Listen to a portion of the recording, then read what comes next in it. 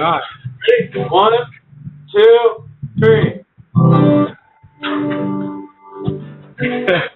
I can do the 8. Do you have any common songs? I've been working on Take It Easy, Little Jet Plane, Willie Nelson, Seven Spanish Angels.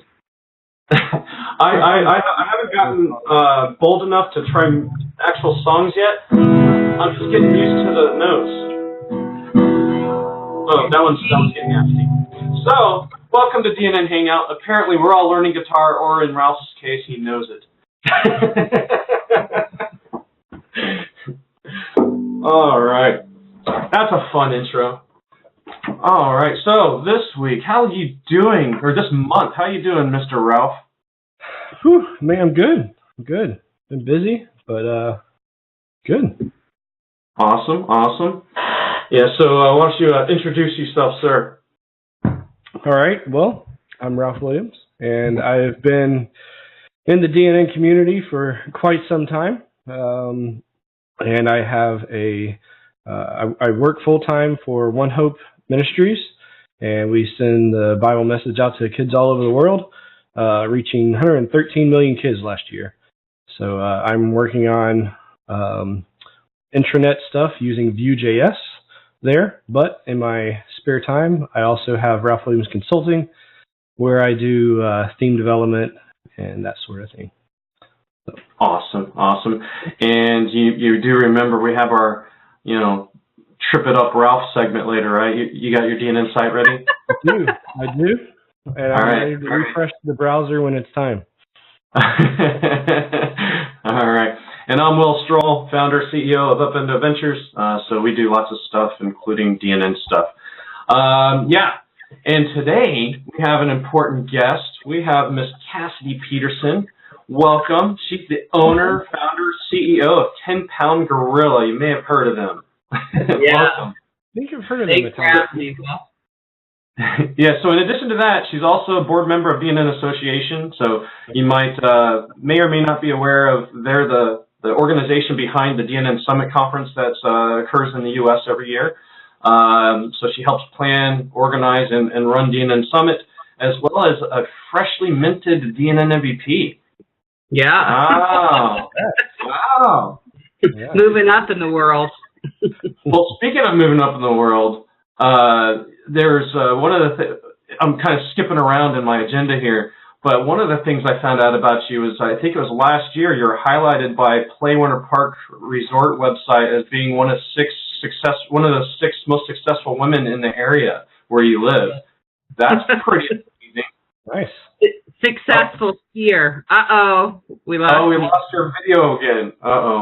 Hey, let's hope it works. Oh, we lose? We lost Will first. Well, we got your smile back. There we go. We got you back. All right. So in the interview, with the new format of DNN Hangout, as we mentioned in the past, we're going to more focus on people in the community and less on the news, because Mr. Adderson does a fantastic job with the news. So we're going to start talking to Cassie. We're going to find out who's the woman behind 10 Pound Gorilla. So one of the things is when I did some research, you like to introduce yourself as a graphic designer first and foremost. What led you into being a graphic designer? So I always loved art as a child. It was something that I enjoyed doing in my free time, but I was very into my academia and, studies and stuff like that. So when I went to college, I thought, I'm going to do marine biology because I really enjoyed science and math. And I went to the University of San Diego and found out that you could make a living doing art, which at the time I was unaware. And I was like, whoa, mind blown. So I was like, I can legitimize my passion for art. So I decided I wanted to go into graphic design. And at the school I was at, they had one professor and 4 students. So I decided I needed to transfer, and I ended up at the University of Kansas in their fine arts program. And went in and got graphic design and illustration, which was under their visual communications degree. And so that's how I got into graphic design. Wow, all over. So you went to UCSD? University of San Diego, so the small private school that changes their grass for the winter time. I don't think they party any less there. Just not on campus. It was a bit of a no-touch campus, so it was kind of interesting going from there to University of Kansas, like two different environments. But yeah, so I spent a year in San Diego and took surfing for half credit. Oh, that's awesome. Wow. So from graphic design, like how did you find yourself gravitating towards and settling on web development? So I always told myself that I was going to allow myself to live in the mountains in a ski town for a year after graduating from college. But then only a year? Yeah, 1 year.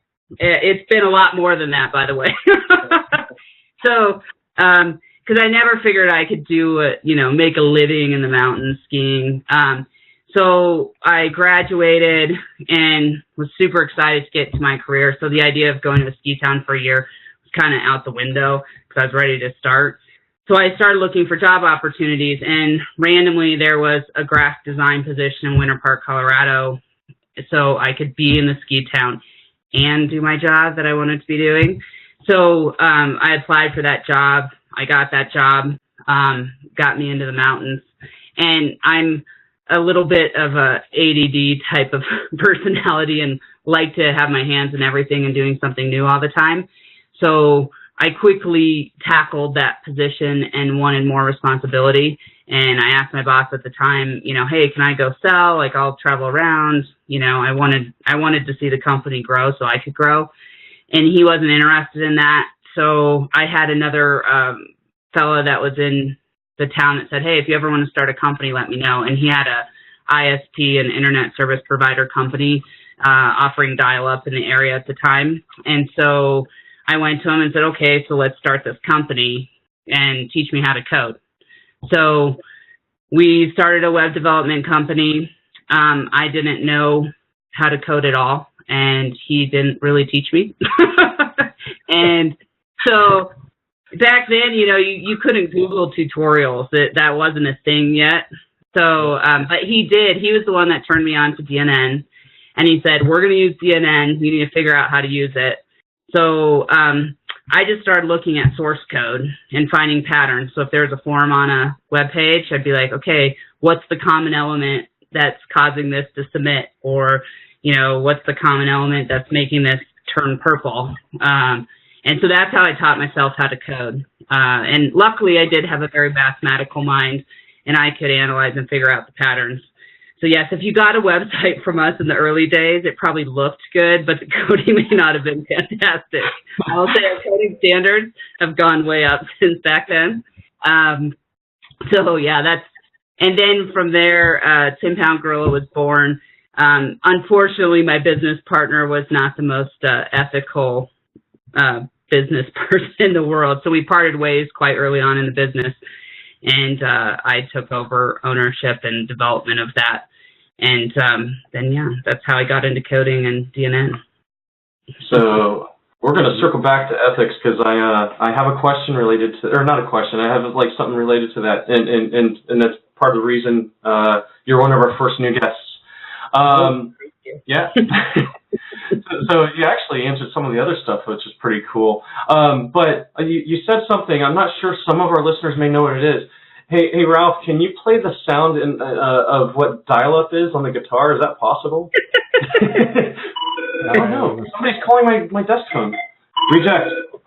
That kind of sounds like dial-up. I know. I thought you did it on purpose. That was really good timing. It was. It was the universe. Hopefully it wasn't important. All right. Yeah, so you just answered a question about how you came across DNN, and we won't ask who the other person was. I was going to ask until you got to that part. Well, no one would know him. So, yes. So you were introduced to DNN, but you clearly stuck with it. Like, what was it, even in the earliest days, what was it that really sold you on just liking DNN and just running with it? So I was back in version 1, and probably a bit naive too, and other opportunities out there. But I feel like WordPress really hadn't hit the market as a web solution platform, right? It was just a blogging deal and probably really hadn't been out. I didn't follow that too close then. I know. So it was one of those things that, I think still today, right, it gave the in-client accessibility to modify and edit their content. And it made me, someone who was not an expert coder, allowed me the ability to, build things without having to do it all 100% from scratch. I did do some just HTML, CSS websites, because back then that was really what was being built. So DNN was really that first intro into the content management solution that provided access to the end user to make modifications. And then also kind of the module aspect, right? Like, oh, here's something that you could plug in to do e-commerce, or here's something you could plug in to do a form. And I no longer had to figure out how to write PHP to get my form to submit. I could just plug this little widget in. And so for someone like myself who's a bit more on the, design and in-goal marketing aspect, it was time to market was a lot faster. Yeah, you mentioned a lot of things, bringing back some memories for me. Like I originated on the PHP Nuke platform way back when, so I already knew why .NET Nuke was called .NET Nuke before somebody told me about it, and then later became DNN, of course. So was there something? Did you try any of those PHP platforms back then? Was there just something about the community or DNN that you just liked better? Yeah, so I don't recall trying any of the platforms necessarily. Like I said, the partner that said this is what we're using. And so at the time I was inundated and buried in trying to figure out actually how to get something to function. So forget about exploring other opportunities. But as I got into it, and one of my more positive experiences, and I talk about this a lot, but Nina Myers, who I think is out of Australia, she was back in this space, and there was no documentation really on how to code or do DNN or anything. So, for the life of me, I was getting so frustrated on how do I style the menu? How do I get a login to, I didn't know tokens existed because there wasn't. So anyways, I had found her and reached out, and I'd say, how can I do this? She goes, well, you have to use tokens. And then, okay, well, what's a token? And so she was critical in, me being able to put together an actual DNN website, and it's, in my infancy of knowledge at the time. And I think that just kind of continued to grow as I continued to build relationships virtually. And I joke with people up here because I'm like, oh, I have tons of friends. They're all virtual. and then they laugh because they know I spend so much time on the computer. They're like, of course you have virtual friends. So, and then I went to the, I think it was Open Force, the DNN conferences that were connected to the Microsoft. And, the ones in Vegas.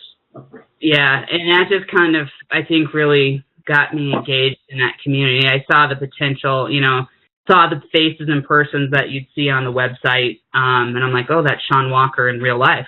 And he really does look like that. And it's not a glamour shot. Yeah. So, oh, go ahead.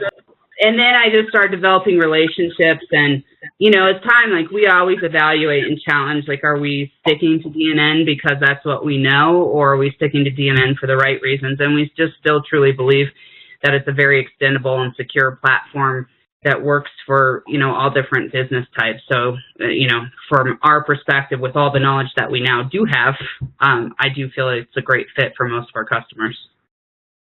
Awesome. Yeah, so I only went to the last Open Force.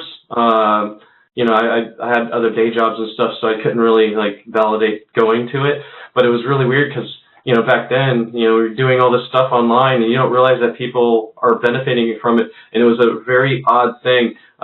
We know who Malik is, right? Everybody here knows who Malik is. Yeah. So he sat next to me in one of the sessions in the very back, and I'm just sitting there. I have no idea who he is yet. I haven't met him yet, and he just keeps looking at me. I'm just like, what's going on? And then finally, he just kind of excuse me. I said, what? He goes, can I get a picture with you? I was like, what? I guess, sure. Yeah, so, one of those faces. You're real. Yeah, it was odd. Not odd in a bad way. I was just I had never experienced something like that before, right? I completely loved it. But yeah. Anyhow. So let's jump into the company. So, tell us a little bit more about what 10 Pound Gorilla does. So I advertise this as a digital marketing and web development company. The Navy SEALs of web development, maybe? Yeah, the Navy SEALs, exactly. So I say we stay small on purpose. I aim to hire talent, for their talent, not their geographic location. And that's been advantageous because we've been able to pick up some really strong resources and be that Navy SEALs of web development. And so we don't actually have an office that everyone sits in and, goes by the water cooler and hangs out. But we do interact virtually every day with each other, but we have people throughout the U.S. And so I think our maybe value and niche is just really to care about our clients as if it were our own company, and from all aspects. We want to make it easy for a customer to come, and they may come to us for a back-end need, and then down the road we help them with marketing, or they may come for marketing and we help them with the full, web application implementation. So we really want to be a one-stop resource for all their digital needs. And when we work with a client, we look at all aspects of their business, and we really try to kind of become part of their business. So I always tell our clients, we start being your potential customer. We know nothing about who you are, but real quickly we know everything about who they are, so we can help them talk to that initial customer because we know how to use the right language, terminology, user experience to capture somebody that knows nothing about their product or offering and convert them all the way to an actual customer. So I do think we take a lot of pride and thought into understanding our customer before we even start doing work for them. You answered one of my other questions. One of my questions is, what do you feel like, how do you stand apart? It kind of sounds like you just mentioned that. And that's almost literally the next question. The one before that I was going to ask is there a DNN-based site that you would say you're the most proud of, and why? Oh, man. That's tough. If you want, we can come back to it.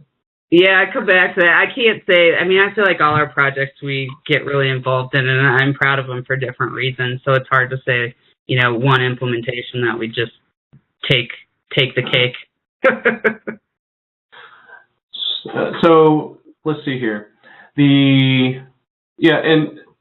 So one of the things that I personally love about 10 Pound Gorilla, and I experienced this when I was with, when I first realized I experienced this was when I was with Hotcakes Commerce, is that you as an individual, and it seems as a company, take a lot of pride in personal values and family time. So it seems to be basically part of the culture that you as a leader are creating a company, and so I was curious, why is that so important to you?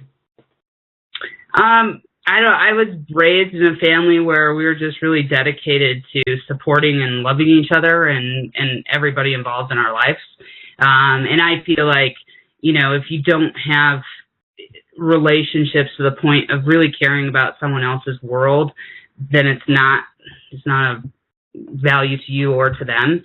So as a company, as a leader within our organization, I want to recognize that we all live independent lives, and it's not just work, right? And stuff comes up. You have a dentist appointment, your dad's sick, someone's in the hospital, and making sure that we create an environment where we can value their personal space, because all those relationships define who we are and our ability to give to other people. So I feel like if we can honor each other and respect each other, we're going to end up with a much better work product and much more employees that are much more dedicated to our clients and to the company itself. Yeah, I love that. So that was bringing it back full circle to that whole ethics thing. Yeah. Exactly. I'm big on ethics and morally kind of correct. So sometimes maybe too much, but it's ingrained. No, it's a good thing. And I think that's something we all have in common on this particular episode. So let's talk about being an MVP. So first of all, what do you feel like it means to be a DNN MVP? What's that feel like to you?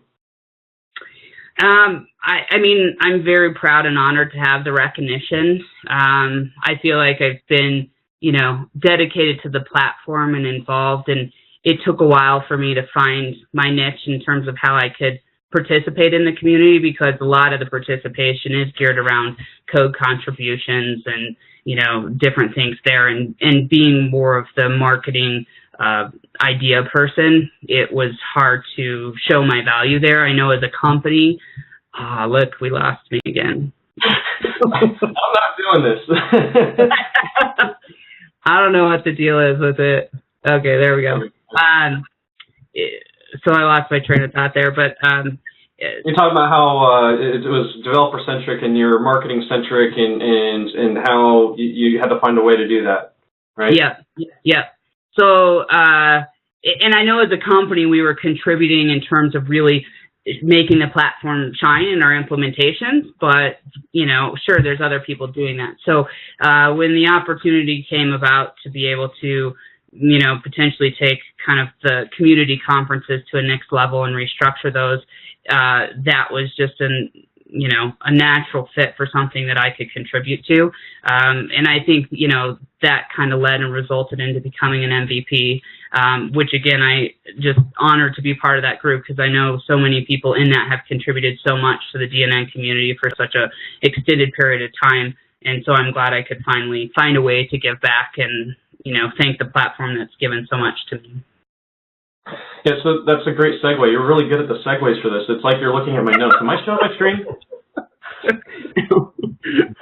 Ask Mark. So if you're lying to me, I'm going to know. Well, you could ask Mark. Like I said, my entire team's virtual, and Mark says you have an uncanny ability to call me the minute I step away from my desk. And he's like, you do it every time. Some sixth sense. I have no doubt. So I mean, we established, you're not a developer in the traditional sense, right? You're not an ASP.NET developer or whatnot. You don't build modules necessarily, but you still found a way to participate and contribute in a meaningful way in the DNN community. So what would you say to others in the community who are not developers? Like, what would you say to inspire them to also try to become an MVP in some way? Yeah. I mean, there's so many things we can do, and it's just, in any basic business, right? You have technology, you have people that make things look good, you have salespeople, marketing people, PR people that talk to folks, right?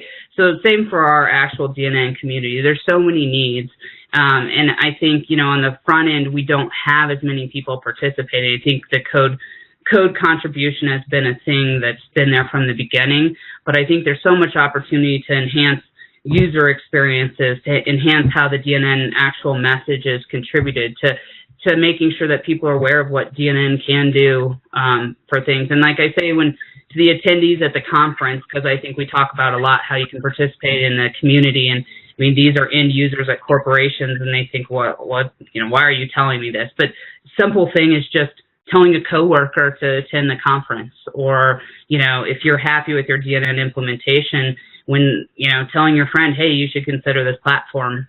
It's worked really well for us. So I think it's the little things, right? And I know with changing the world, right, and going green, it's like it's one bag at a time, one straw at a time. It's just one conversation at a time. So I think something as simple as talking about how DNN is serving you and making your life better, and opportunities out there, listening to a Hangout. Hey, I had a great time listening to this Hangout. You should check it out too. Or sharing that on social media so other people have the opportunity to hear it.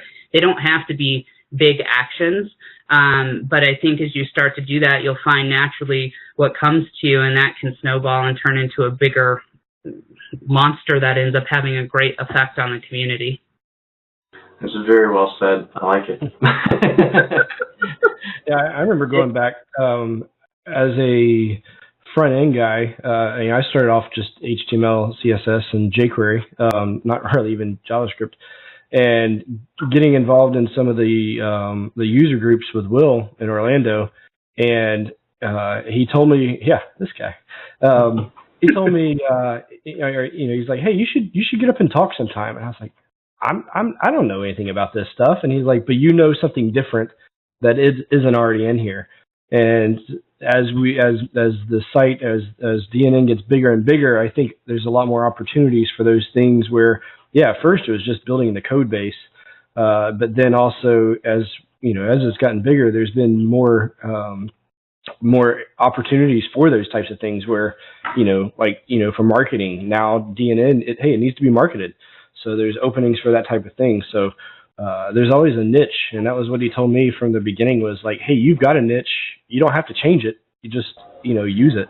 And so just being able to find a way to use where you are, what your niche is in the system with DNN can make a big difference. You make me tear up, man.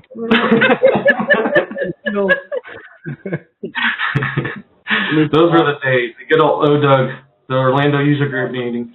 And I guess to add to that, the one thing to motivate you is getting involved in the community has immense amount of rewards. I mean, the relationships I have from, back in the day and those evolving and meeting more people, they're solid, good relationships, and they're fantastic. So I encourage people, and I guess the other side too is I was a bit timid on the front end of things, like, the will effect. You say, will you sign my paper, right? Here's all these important people, and why would they want to talk to me, or why would they want my help? And, if you feel that way, forget about that, throw that out the window. We're all just on the, even playing field and want to meet and engage with more people. So by all means, do not feel intimidated by existing members that are active. We want to meet you, and we want to know who you are, and we want to understand your background and your niche. Yeah, I've got a lot of great people and will. So. And then well. Oh, the Robin to my Batman. So you were reminding me though, like when I first started to realize that myself, because there was this ominous, Dick Clark figure known as Sean Walker. Like, whenever you saw him walking around, you're like, oh my God, he looks like that photo, and this is 10 years later. What's going on? But we mentioned Open Force, right? And there was Open Force Connect that happened one year in Orlando, and it was a predecessor to everything else that we've led up to with these conferences. And we did a one-day conference that was 6 sessions, and I had one of them. And what was I doing? I was doing something related to the theme engine, and I was talking about like how I had to work with it and get around certain things, right? And this is what, DNN 3 or something at the time, I don't know, maybe early 4. And I was like showing how like I had to get around some issues, and the founders, right, the DNN Corp founders, so Nick and Scott and Joe and Sean, they're all in the back row, and they have notebooks, and they're just the entire day they're just writing stuff down, right? And I hadn't really completely met them yet. I kind of offhand met them, so I kind of had that same thing, like, oh, I hope we get a picture, But then, like, at the end of it, they like came up to me and they're like, got their notebooks, and they're like, oh my God, so you had to do that? I didn't know it. Like, and they're telling me how like they didn't know like there was a feature in there that I was using. I was like, what are you talking about? You're writing this thing. Like, like, wait a minute. So we all don't know stuff? This is cool. All right. Yeah, I gave a presentation at one of the, mini conferences, and Sean sat in on it, and same thing, came out and said, wow, I just never realized you could do that. And so that'll prove to you, like, if you can, then one of the key people in the actual evolution of the platform, and they learn something from you, we all can learn something from somebody. So participate. Mm-hmm. Hashtag participate. I love that one. Yeah. All right. So this one's kind of a topical-ish. I don't know how to present it, so I'm not the best MC in the world. But, this is not just a kind of, I don't know if you call it an issue, but an area of growth that I think we need to focus on as a community. But, with there being, in addition to there not being a whole lot or enough non-developers participating, or at least, visible, one of the things is that you're one of the more prominent community members in the world, obviously, out of like literally hundreds of thousands of people, maybe close to 1 million, and you're obviously a lady, right? So, I hope so. That's what everybody's been telling me. So, what does it mean to you as a woman to be so prominently well known in a community that's primarily made up of men? It's interesting, I guess. I don't think about it much. The one thing I can tell you about is like, when I was little, I had a teacher that said, anything boys can do, I can do better. and I love that shirt. And I really enjoy hanging out more with men than women. So sorry, women. So it's interesting. It was not a conscious thought process, right? It's not like, oh, I'm going to go into an industry that's heavy in the male percentile, but I ended up there. So I think somewhat, partially my personality didn't allow me to see myself as different from the surrounding members. Like, I haven't thought much about it, but I definitely know that that's a reality. And, I think in general in our probably global society, right, that women are not as prominent in math and science, but they're starting to become more prominent in those spaces. So my advice to folks is, again, it's like, don't let that hold you back. If it's something that you enjoy and you enjoy that space, as somebody in that position, I don't feel different or isolated or undervalued. I'm sure there's been, maybe I have to try a little harder to get to, validation or attention or things like that. But on the other side of it, I get special attention because I am one of the few. So you could argue that, the males have to fight for my recognition because I'm, been not masked among all of women there. So, I don't know. I enjoy the space and I'm excited to be up there. But I don't think of myself as different or special or mistreated because of it. We're glad you don't feel mistreated. Yeah. I feel like there's some, sure there's women's rights, but everybody has special rights. We could fight for everybody, right? So fight for yourself and do what you enjoy and do it well, and you'll be successful. It almost sounded a moment ago too that you almost made it sound like it's good marketing to be a woman in our ecosystem. I mean, you could argue that I have to try harder because you might take me seriously because I'm a woman or, whatever that is. But at the same point, like, if someone would prefer to work with a female, well, I don't have as much competition in that space. So, I mean, I think you can slice it any way you want to. And so, sure, there's pros and cons to being in any situation. But I enjoy what I do, and I think if you're passionate about what you do and you focus on it and you put a lot of effort into it, it's going to work. So I thank you guys for putting up with me. And you already answered my advice question, so moving on. Man, I do way too many sales calls. I'm sorry. I just, I have those lots of years of training. Oh, and there goes my camera again. There's your punishment for getting ahead of me. I think maybe, and every time that you say that, it cuts me off. Like that dial-up ringtone that you have. I think you have it all planned. It's the NSA. The NSA. I mean, we need to find the AOL recording, right? When oh yeah, that'd be awesome. Oh yeah. So so with you being one of 39 MVPs in the world, and we've already established there's at least hundreds of thousands of developers and people that are actively working on the project. What would you say? What would you feel are the things that really made a difference when it came to you being nominated and then awarded the MVP status? I guess I don't quite understand your question. Like, why do I? Is there anything that felt like stood out more that helped you more get there than anything else? Well, I mean, I think my involvement in the DNN in establishing the DNN association structure and then putting on the DNN Summit, I feel like that's definitely what pushed me over. I think for years people were aware of 10-Pound Gorilla and who I was and what we did, but there just wasn't that factor of like what's that kind of over the top contribution or change in the direction of the community. And I do feel like I contributed a lot in terms of how do we grow and evolve that and create a model that's repeatable and has longevity and isn't putting certain entities at risk so much annually in terms of if it's not successful, someone's losing a lot of money. So I think that was the key factor in that recognition. Could be wrong.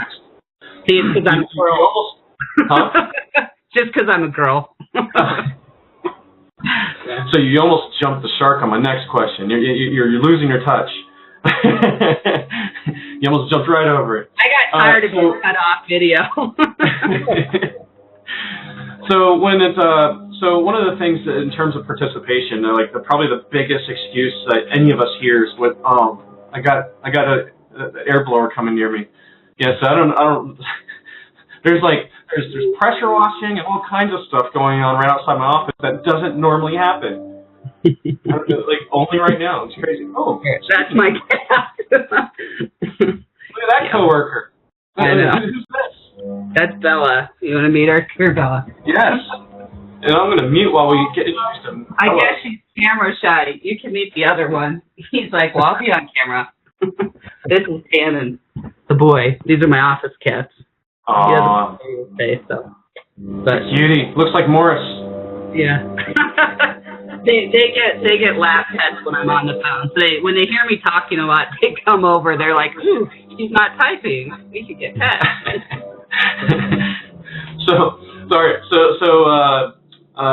Probably the biggest excuse any of us hear when it comes to participation is especially with open source is I don't have time, right? I don't have the time. I'm too busy, things like that. And so you seem to find the time. You seem to have found some secret formula that works for you. And keeping in mind, you're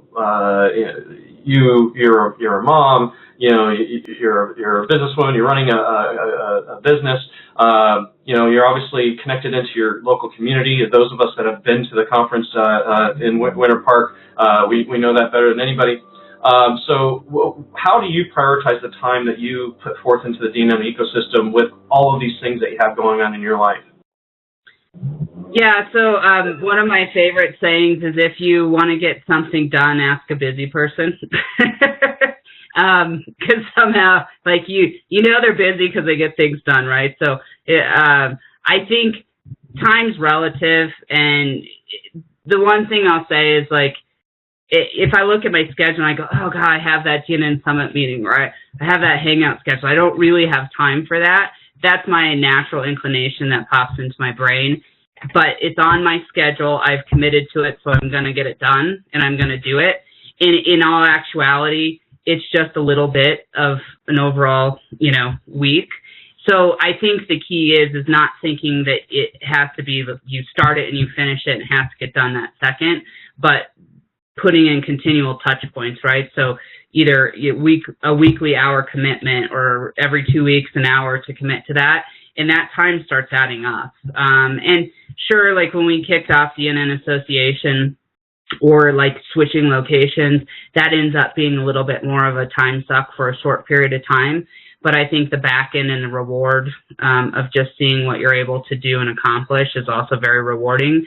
And so I think that's my advice is it's like, don't bite off too much and try to chew it all at once. It's like, just like with eating, you have lunch, breakfast, lunch, and dinner, you're not eating all day. So don't think that you're going to commit to volunteering and contributing in an immense amount of time. So whatever that structure works for you. I mean, for some people, it may be just blocking out one day a month or one day every 2 months to committing to that. But I think it's scheduling it, putting it on your calendar so that you have to commit to it. Nice. I like it. So we're going to move on to the conferences.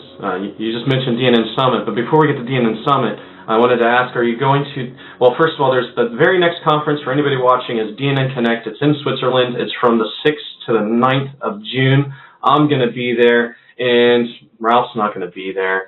Are you going to be there, Cassidi, by any chance? No, I really want to be there. Every year I want to be there, and I will say, and this is the thing on my plate, right? I'm a single mom of a 6-year-old, and so it's challenging to fly overseas and have that many days in a row of, taking myself away from his environment.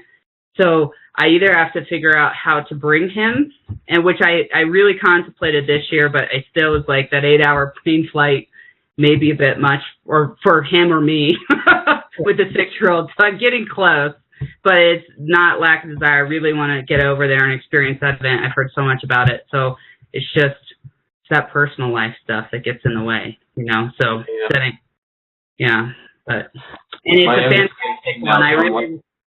I really want to go to Switzerland and be up there with you guys. So, Well, maybe next year. So DNN Summit 2020 just got announced. and it's going to be in Orlando from February 24th to the 26th. Are there any details that you can share with us that are public? And keep in mind, this is going to be airing sometime next week. Yeah. So yeah, we've secured a location in Orlando, Florida. It's Caribe Royale.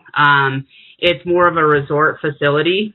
So they have a lot of on-site amenities. I think they have 6 restaurants, and they have like a mile or 2 walking path, running path. They also have a lake, and then swimming pool and kind of your typical stuff there. The rooms are suite style, so there's, a sitting area, office area, also with the bedroom, or the bed's kind of separate. So if you've went to our past one, very similar to the embassy suite room side of things. We'll be maintaining the same conference structure. The days have shifted a little bit, so it's going to be a Monday, Tuesday, Wednesday instead of a Tuesday, Wednesday, Thursday. So on Monday, we will do our training sessions, and then the actual conference will kick off on Tuesday, and that'll be a 2-day event, Tuesday, Wednesday. We still plan on doing our, social events, so our welcome party on Monday evening with our closing kind of reception on Wednesday evening. And we're exploring social events. So I know in Denver we had DNN on the slopes. We're looking at doing a cruise, DNN on the water, maybe. I don't know. We haven't tagged it yet. And we haven't identified the opportunity, so don't hold me to it, but that's what we're exploring right now. So once we get that information, we'll post that.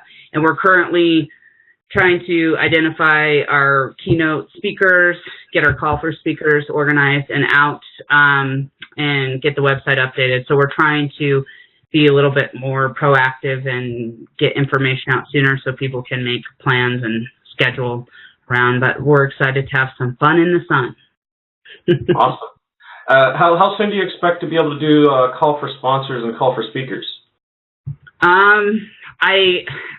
I don't know for sure. We're doing some timeline stuff today, so I think we're looking at like mid-May releasing the call for speakers, and then probably being done by middle of June or July 1st. And then I think our goal, which don't hold me to it because it always evolves based on logistics, would be to have all the speaker information up on the website sometime in August, early September at the latest.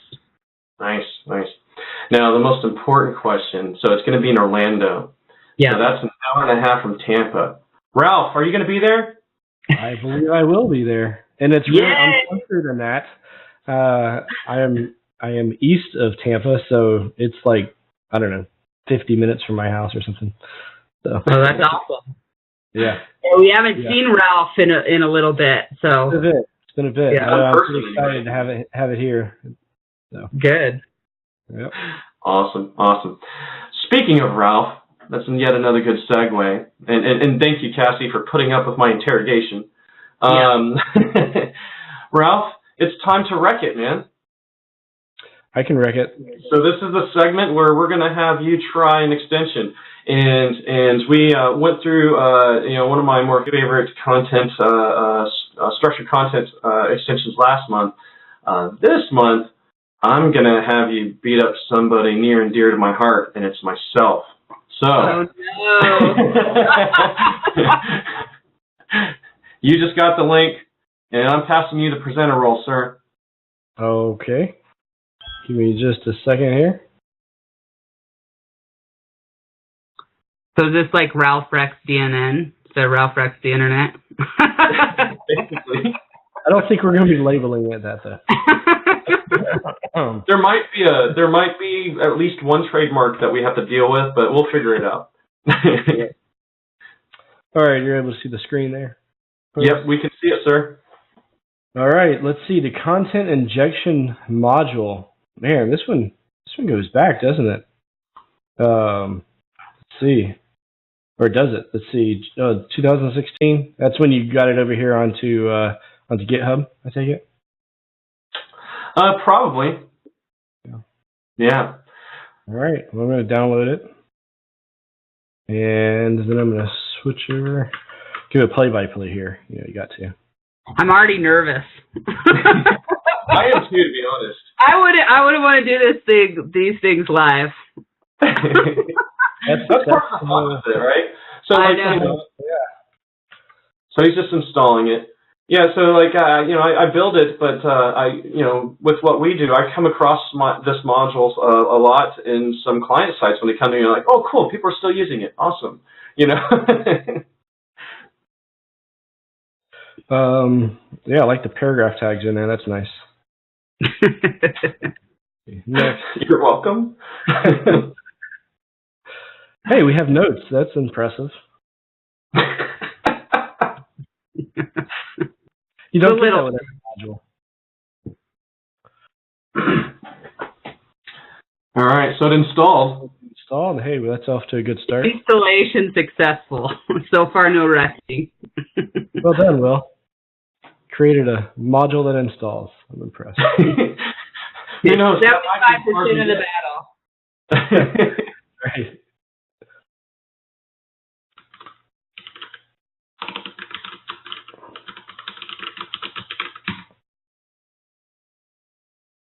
What version of DNN are you on? That's a good question. I got to remember where to go to get that. Forever. Gasp. Had to do this. You gotta say we know it's semi-recent just because of the location of the persona bar, but that's misleading. I don't even know where. Yeah, that's the about. Hover over the DNN logo. Oh, that's right. I forgot about that. DNN 2.2. Okay, running with this 2.2. Got it. Yep. All right, let's see. So I've added the module to the site. Ooh, fancy. And just so you know, DNN 3.1's out there. 9.3.1 is out there. So is yours the only one in color? Did I just see that? In his list, yeah. It's there we go. It's the designer in me. Yours popped out there, Will. Nice work. Well, I mean, I like his because his has a little bit of style to it. It's color, I know. but it's got a little bit of style to it. So that's really nice. All right, so then I guess what I need to do, because I think I possibly used this a couple of times in the past, but it's been a very long time since I've used it. So I need to figure out what this actually does. It injects content. Module. Let's see. Ooh, interesting. You're got the Codeplex archive here link. So we are injecting all kinds of things. We can inject jQuery and analytics, HTML, JavaScript, third-party widgets, non-DNN widgets, advertising snippets, and whatever else you figure out to do. All right. Everything that breaks DNN. Potentially. All the things that are purposefully left out, Will has added into it. So there's no need to change the module title. Okay. And don't need to modify the container because it's just going to not show up. I'm going to assume is the reason. So the first thing is I went to settings. That doesn't seem to be appropriate. Manage content injections. Add a new injection. Well, hey, you know what? I like this. I know what to do here. So that's nice. My new script. CSS. Content to inject. Let's see.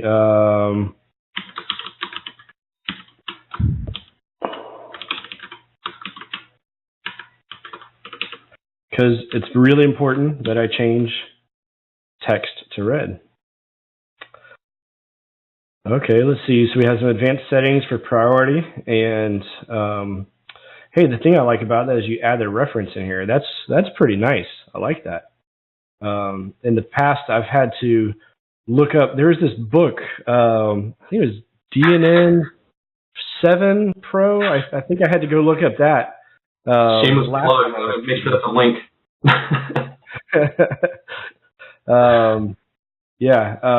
And so that's pretty helpful to know where that is. So I want that to be pretty important. So I'm going to just say, oh, it defaults to 100, so it already defaults there. So that's handy. And the provider, that's where basically another name for where you want to place it. So I'm going to put it in the page header because that's where CSS belongs. It's where it belongs, people, in the header. And I hit submit, and nothing happened. I do see this. I don't know if that was there or not. That's a bug. Oh. Uh-oh. I hit submit. I'll correct it. Well, actually, the fact that it's not submitting is interesting too. Ooh, I just accidentally zoomed in on you. There we go.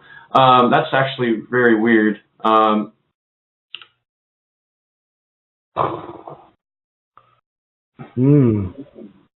there you go. It's not a...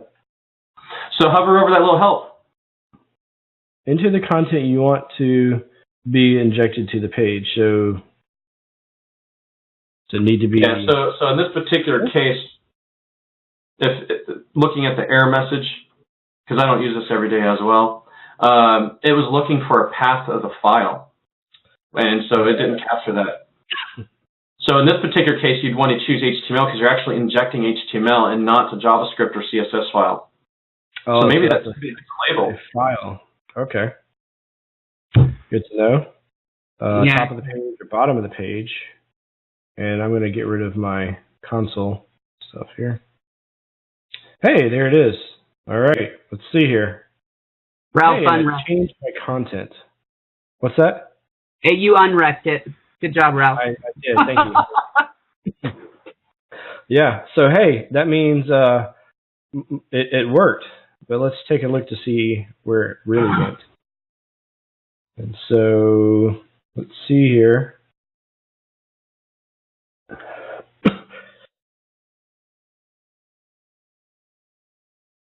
There it is, right there.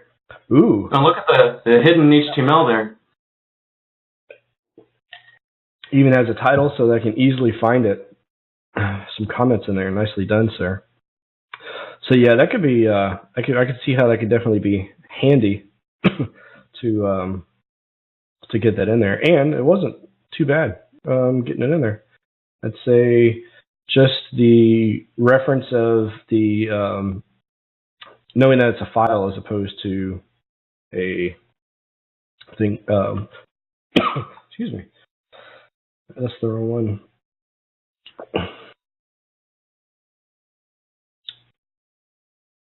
So is this supposed to be a link? What does the help say for injection type?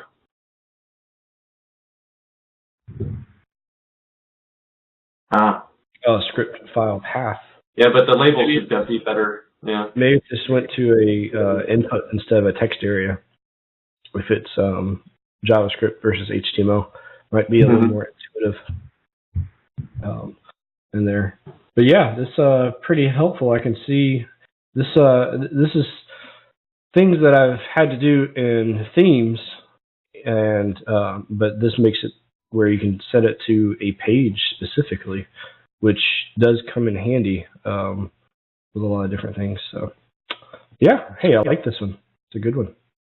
Awesome. Yeah, Aderson highlighted this, I don't know, a year or two ago, and I was like, oh, that's cool. But it was because he had somebody who had to inject a script on every page of the site. And so basically he's like, put that in the footer and then choose the share module on every page option in the settings. You know, because it was somebody who didn't have access to their theme, right? Like, because that would be another way to do that, right? Right. Cool. Well, thank you, Ralph, for beating that up. I have some work to do, clearly. So in closing, again, I do want to thank you, Ralph, for joining me yet again, and also Cassie for being our guest this month. And so in closing, is there anything that you'd like to promote that you haven't promoted already? Anything coming up? Any news? Anything at all? Job openings? Anything? Yeah, well, if you want a job, I have three ads out right now. So go to our website. We have a careers tab. But yeah, looking for a UI UX designer, web designer, marketing person with some Google pay-per-click and paid ad experience, as well as content writing, and then a business analyst, QA person. All right, so that's 10poundgorilla.com. Yes. That's how, if you want to get a hold of Cassidi, that's how you can do it. And then the last question, I know I've heard the story before, but there's probably plenty of people that haven't. Where did that name come from? The never-ending question, right? So, so I started the company in 2003, and at the city of Denver owns the Winter Park ski area. And at that time, they were looking at leasing the property out to IntraWest, which was a large corporation.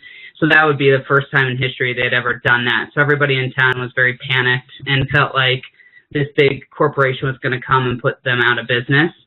So I thought about the 800-pound gorilla in business, and I said, well, I can be the 10-pound gorilla and help the small guys. And back then, my tagline was use strategy to gain power. So the idea that you didn't have to have deep pockets to be able to compete with the larger corporations. And I still think, from a marketing and approach perspective, right, we look at how you can be really savvy and effective and efficient in the Navy SEAL mentality to reach your end goal, right? So, that was the evolution and birth of 10-pound gorilla. Awesome. Well, thank you so much. Really appreciate it. And thank you for watching the show. If you have any questions, leave them in the comments. Any suggestions, I'm open to those too. And we'll see you in the next Hangout. Thank you so much. Bye.